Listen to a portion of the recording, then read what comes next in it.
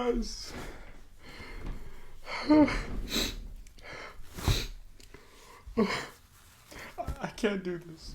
I can't do this. Hello there, this is Ty the Movie Guy, and today we will be talking about Guardians of the Galaxy Volume 3, the end of the trilogy. And we're going to talk about what I thought about it and different stuff like that. And I got my, not Guardians merch, but my Marvel merch, so I close enough, I tried. And then we're going to talk about the characters, the scenes I liked, the parts of the movie I at first didn't like, but now looking back, I think I like them more now, and then other scenes I didn't like and still don't like and stuff like that. So I want to give a spoiler warning because I wanted to do non-spoilers and then spoilers, but I feel like a spoiler is going to slip out, so I'm just going to warn you now. Don't watch this if you haven't seen it yet. I don't want to piss anyone off, so watch it, come back, and then let's talk about it. So first we're going to talk about the characters, and we got to start with Rocket Raccoon, our quote-unquote main character of the whole trilogy. I don't really buy into that. I can definitely agree he's the main character of this movie, but I don't think the whole trilogy. I definitely think that was Star-Lord, but I loved seeing his backstory in this film, and like we can sympathize with him a lot more now, and we now know why he's such a hard and cruel person.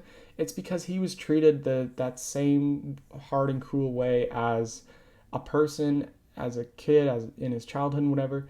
And we just know why he's like that, and we can understand the character a lot more now, and I loved all of that. Star-Lord, he was just as great as always. I still love him. I know people hate him after Infinity War, but I never really got mad at him.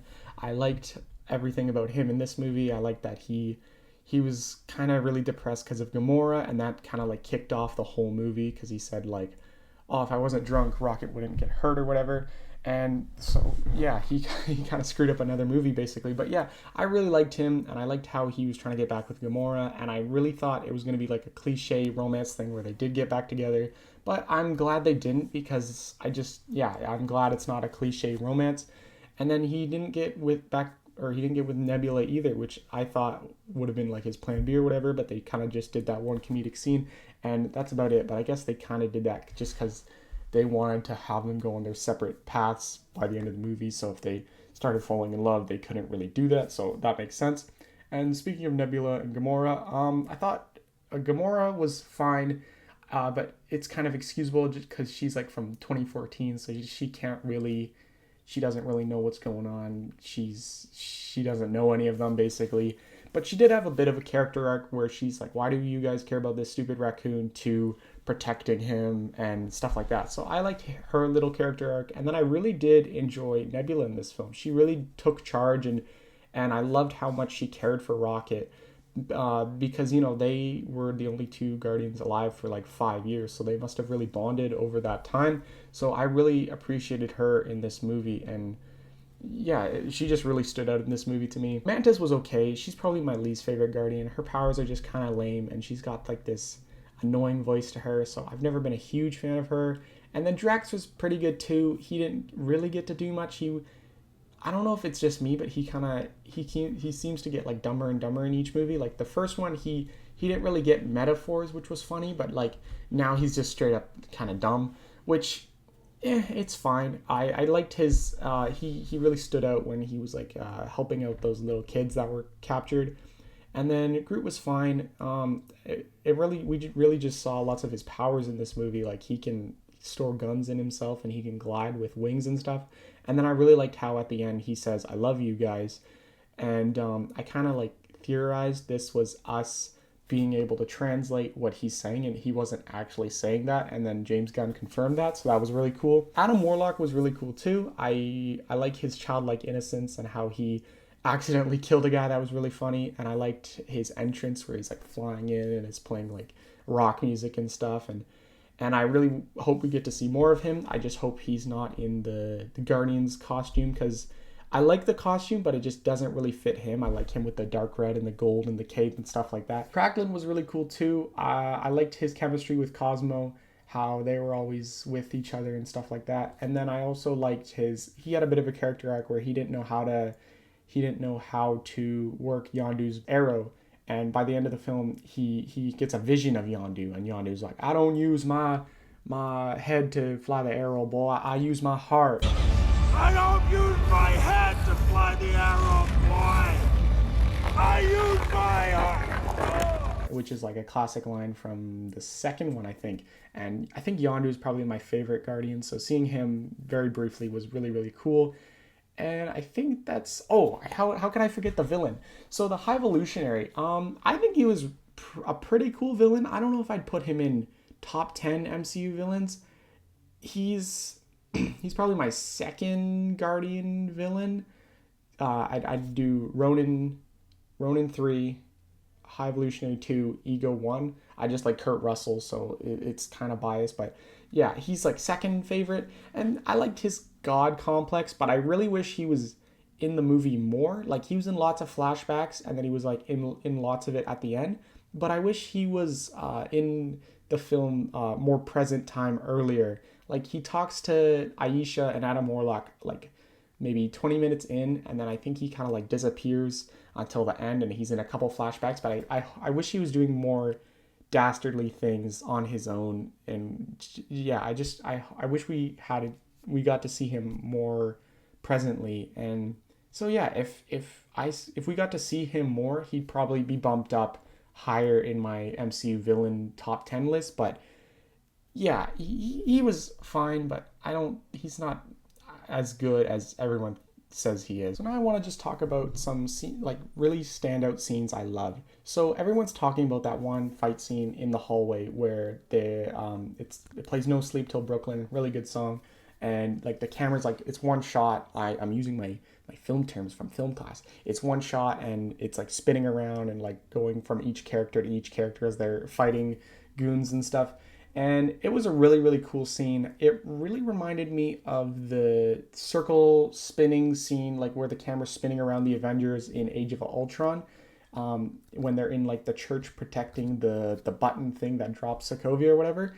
It reminded me a lot like that, how they're all fighting together and it's like one shot and it's like panning around all the characters. And it just felt like more of a dynamic version of that, because like in Avengers it was just kind of spinning around, but in this one it's like going here, going here, going here, and that was really cool. So people say it's their favorite part of the movie, but I think I like the part where Rocket is talking to Lila the Otter in like the white heavenly realm, like it's Rocket's inner thoughts of him like about to die, and then Lila's like, no, it's not your time yet. That almost brought a tear to my eye.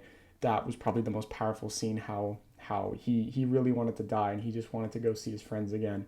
But then Lila's like, no, it's not your time, not yet. And that really got me. Also, in like a very similar scene, I knew I was going to love this part when I saw it in the trailer, but just the part where it's a close-up of Star-Lord and he's like screaming and it's like spitting out. I'm just like, oh my God, this scene is going to crush me. I can just tell the emotion in Chris Pratt. That's probably like his best acting performance. Just him screaming. I love the emotion just with that singular shot. It was very powerful to me, at least. So now I'm going to talk about a couple scenes that I didn't like, and then a couple of them I didn't like, but looking back I do like them now. I messed up my hair. Okay, so the one scene I like didn't like and I thought it was pretty stupid was the car scene on like that Counter-Earth animal planet where Nebula's trying to get into the car and Star-Lord drops the first F-bomb of the MCU.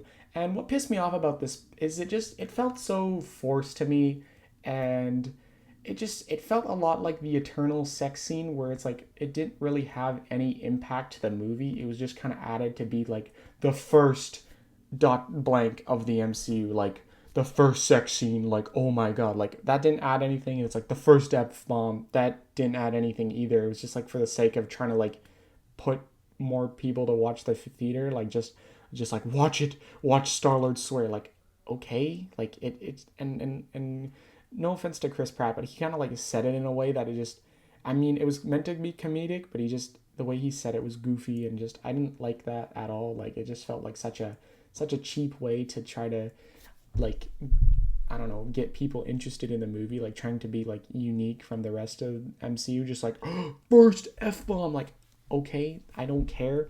And then other scenes that pissed me off at first watching, but I really do like them now, is the fact that this movie wasn't like a end of the world type movie, or end of any world, like, because it's in space. But the first Guardians was Ronan was gonna destroy Xandar, which was really like massive and whatever, and then Ego was gonna like do his goop on like a bunch of worlds, and then this one wasn't as life threatening. And first I'm like, oh, that's kind of lame. I thought like the finale of the trilogy should really have some high stakes and whatever. But I now realize the stakes aren't high for like most people, but like they're really high for the Guardians themselves, because these three movies and the Avengers movies and all the times we've seen them together, they've really grown together and they love each other, and just them doing whatever it takes to save Rocket is as powerful as like an earth shattering, like big high stakes film like that. It's as important to them, at least. So I at first it made me a little sour. I'm like, oh, okay, well, that's kind of lame. Like, but now I'm like, oh, okay, this makes a lot of sense. This is how much that character means to them, and that's really powerful. Also, the really big thing about this movie is it was like heavily rumored or speculated that someone was going to die. And I was like so worried I was gonna find out who it was before the movie started, and I was like I had friends who've already seen it, and I was so scared they were gonna spoil it, and I didn't want to know, and I just really wanted to go in this movie blind. And so I started watching the movie, and I'm like, okay, I'm good. I haven't gotten the movie spoiled yet. This is great.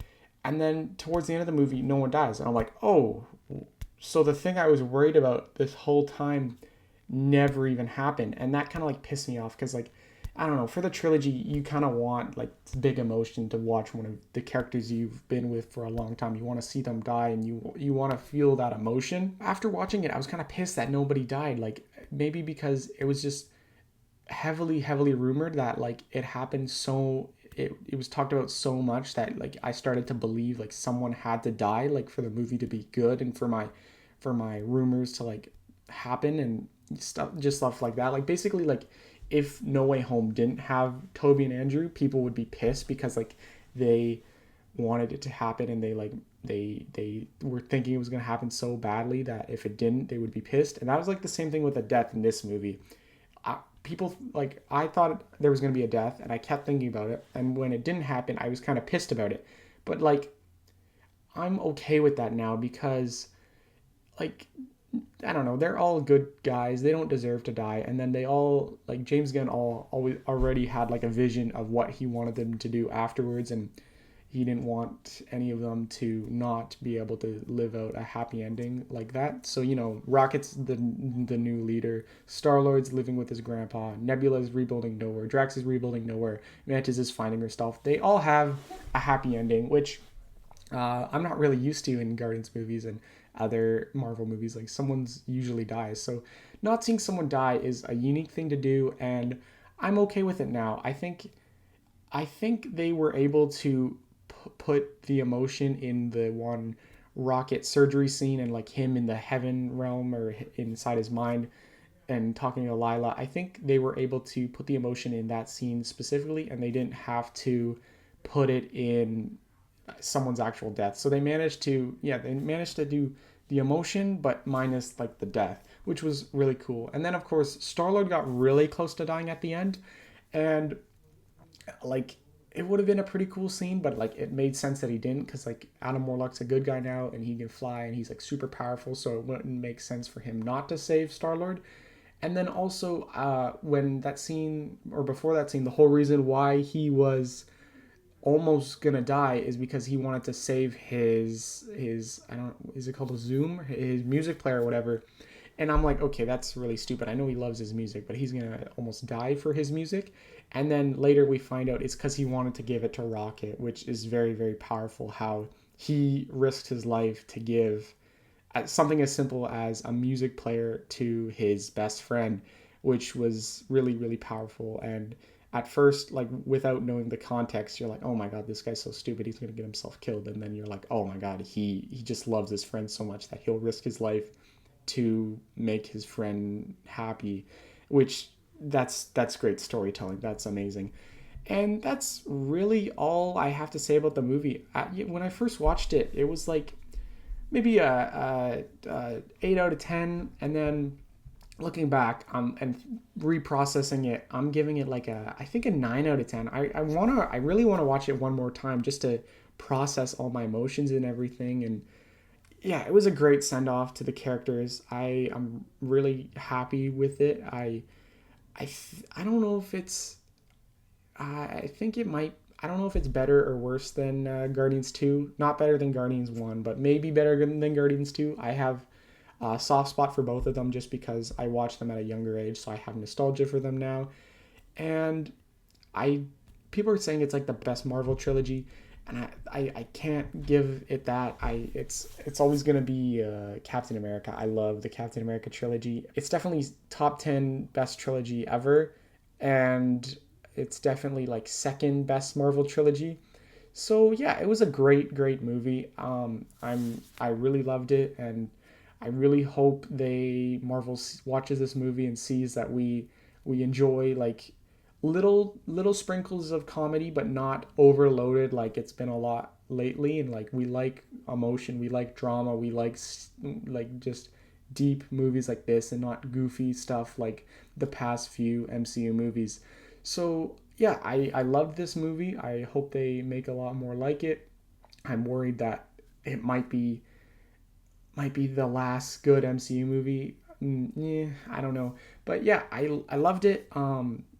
That's all I really have to say, and farewell.